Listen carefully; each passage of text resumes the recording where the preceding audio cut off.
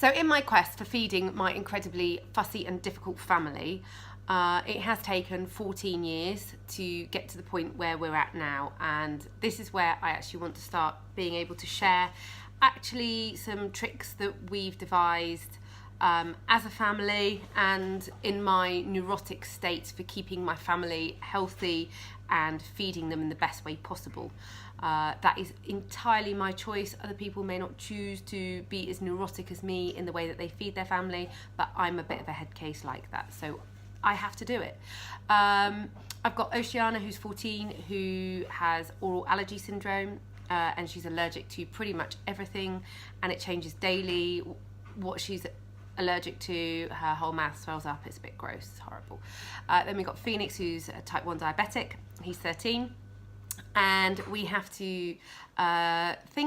we don't have to think about slow releasing carbs, non-carbs, quick releasing carbs, and those sorts of things. We always have to think about the carbohydrate, but we don't have to think about the timings of them. But we like to, because we like to be able to make sure that he's not having a huge peak and that he's just sort of hopefully having a good release. We've got Indigo, who's a pescatarian. She is what I would describe an incredibly bad vegetarian. Doesn't really like vegetables and doesn't really like food at all. Feeding her is a nightmare. Then we've got Rocco, who has sensory processing disorder and high functioning autism. Spent his first 2 years just eating inedibles. Stones, cars, bits of cars, rubber, wood, chalk. Had something called Pica syndrome diagnosed, and we've actually come through the other side of that a little bit. Still licks everything, still tongues everything. Actually getting food inside him is a bit of a nightmare. So we've got him as well. So where I'm coming from is 14 years of kitchen hell. There's me and my husband, both gluten intolerant, so we are gluten-free as well. He is actually lactose intolerant. So let's just say feeding us is a nightmare. We don't like going to people's houses for dinner because, quite frankly, why would we put our hell on someone else? However, that said, we have created a world that we are very happy with. We have devised and are continuously devising ways of feeding the entire family.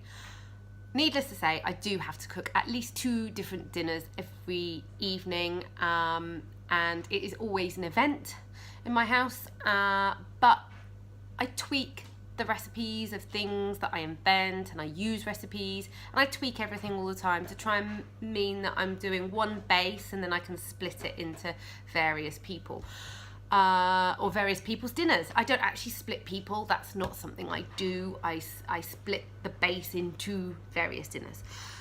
So that's us. That's why I'm doing this, is to try and share ways of getting around fussy eaters, faddy eaters, annoying eaters, ways of nutrifying and getting the best out of what it is that you want to eat. I said I'm neurotic. I'm neurotic in the fact that I am completely and utterly disease phobic.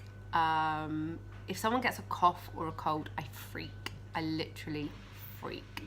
Unusually, I've had 3 children nearly die on me. That's where that comes from. That's a whole nother story. We don't really need to go there right now, but that's why I'm a disease freak. And so that's why my challenge to myself is to keep everyone as healthy as possible, as much as possible. So in doing that, that is why I am here, is to try and share, like I said, how we work. Please follow us and join us on our journey, and I'll try and do as many videos as I possibly can, because I've got to learn how to do this, and my Wi-Fi is really bad, so it's just whenever I can upload something, and then obviously is if people will even watch it.